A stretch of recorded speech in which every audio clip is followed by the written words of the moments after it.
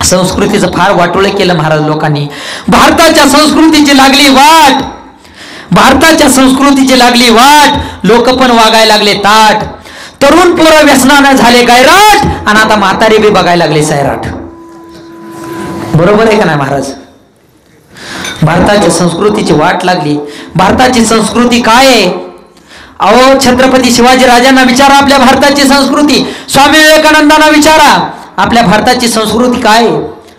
राजे शिवछत्रपतींचा एक मावळा होता, आवाज द्या. राजे शिवछत्रपतींचा एक मावळा होता आणि युद्धामध्ये त्या मावळ्याचा हात तुटला महाराज. हात तुटल्याच्या नंतर 2-3 दिवस झाले, मावळा घरी होता. राजे शिवछत्रपतींना माहीत झालं आपल्या मावळ्याचा हात तुटलाय, काय करावं कळत नव्हतं. राजे शिवछत्रपती त्या मावळ्याला भेटण्याकरता गेले आणि भेटण्याकरता गेल्याच्या नंतर मावळ्याच्या घरी गेले. घरी जाऊन पोहोचले, परंतु मावळ्याच्या डोळ्यातून धारा व्हायला लागल्या, रडायला लागला. तेव्हा राजे शिवछत्रपतींनी विचारलं, का रे हात तुटला म्हणून रडतो? तो म्हटला, नाही राजे, दवाखान्यात पैसे गेले म्हणून रडतो. तो म्हटला, नाही राजे. मग राजे म्हटले, रडतो का?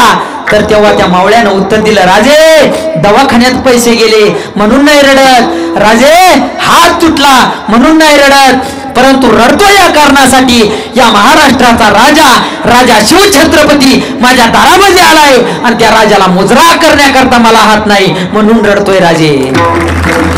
ही आपल्या भारताची संस्कृती आहे. काय आहे अजून आपल्या भारताची संस्कृती? ऐका. प्रतापगडच्या पायथ्याशी खान,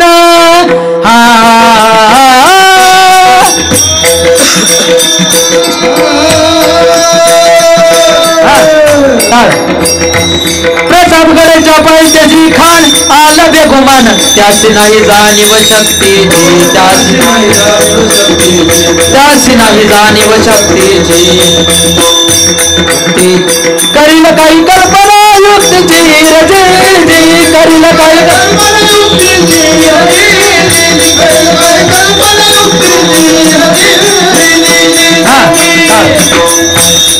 कशी आहे आपल्या भारताची संस्कृती आहे का? राजे शिवछत्रपतींचा बाजीप्रभू नावाचा एक मावळा होता. घोडखिंडीमध्ये लढाई सुरू करायची होती. राजे शिवछत्रपती सुद्धा घोडखिंडीमध्ये होते. 600 सैनिक सोबत होते, परंतु राजांना विशालगडावरती पोहोचवायचं होतं. काय करावं काही कळत नव्हतं. बाजीप्रभूंना राजांना सांगितलं, राजा तुमच्या सोबत 300 सैनिक घ्या आणि तुम्ही विशालगडावर पोहोचा.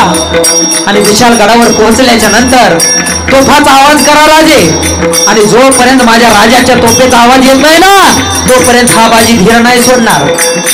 छत्रपती शिवाजी राजांनी 300 मावळे सोबत घेतले आणि विशालगडाकडे वाटचाल केली. बाजीप्रभू घोडखिंडीमध्ये थांबला. समोरून मुघलांची तोफ आली आणि मुघल लढायला सज्ज झाले. लढाई सुरू झाली. बाजीप्रभू लढत होता. बाजीप्रभूच्या सोबत 300 मावळे होते. 300 मावळे सुद्धा लढत होते. अहो कुणीतरी यावं, बाजीप्रभूंच्या पाठीत वार करावा, रक्ताच्या थरोळ्या खाली पडाव्या. कुणीतरी यावं, बाजीप्रभूंच्या छातीवर वार करावा, रक्ताच्या थरोळ्या खाली पडाव्या. अख्खा लालबुंद झालेला बाजी, रक्ताच्या थरोळ्या रस्त्यावर पडल्या होत्या. अख्खा रस्ता लालबुंद झालेला होता, अख्खे कपडे लालबुंद झालेले होते, तरी बाजी लढत होता. बाजीच्या मनामध्ये एक विचार होता, अरे जोपर्यंत माझ्या राजाच्या तोफेचा आवाज येत नाही ना, तोपर्यंत हा बाजी प्राण नाही सोडणार. अरे कुणी यायचं, कुठेही वार करायचं, परंतु बाजीच्या अंगातून किती रक्त येऊ द्या. अहो बाजी अंगाचा धीर सोडत नव्हता. लढाई करत होता बाजी. 10 मिनिटं झाले, लढाईची लगबग सुरू होती. राजांच्या तोफेचा आवाज येत नव्हता. धाड शस्त्रानं वार होत होते.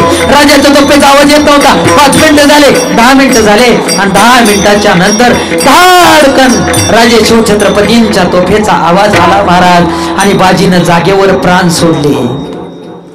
आणि जागेवर प्राण सोडले असे हे आमच्या छत्रपती शिवाजी राजांच्या काळातले मावळे होते. अहो भवानी मातेचा लेक तो मुघलांचा राजा होता, झुकला नाही कोणासमोर, तो मुघलांचा बापच होता. अहो ही आमच्या भारताची संस्कृती आहे महाराज. आणि भारताची संस्कृती महाराज लोकांनी बिकट करून टाकली. आणि एवढ्याच 7 गोष्टी माझ्या कीर्तनातून जरी घेतल्या तरी माझ्या कीर्तनाचं सार्थक झाल्याशिवाय राहणार नाही महाराज. म्हणून तुकोबरायांनी आपल्या या अभंगातून सांगितलेलं आहे, आपला तो एक देव करुणी घ्यावा, तिने बिना जीवा सुख नोहे, ही रती माई के दुखाची जनदी नाही आधी अंती अवसान. अविनाश करिया पुलिया ऐसे लावी मना पिसे गोविंदाचे रती माई के दुःखाची जनती नाही आधी अंती अवसान तुका म्हणे एका मरणीची सरी उत्तम जीवरे कीर्ती मागे रती माई के दुःखाची जनती नाही आधी अंती अवसान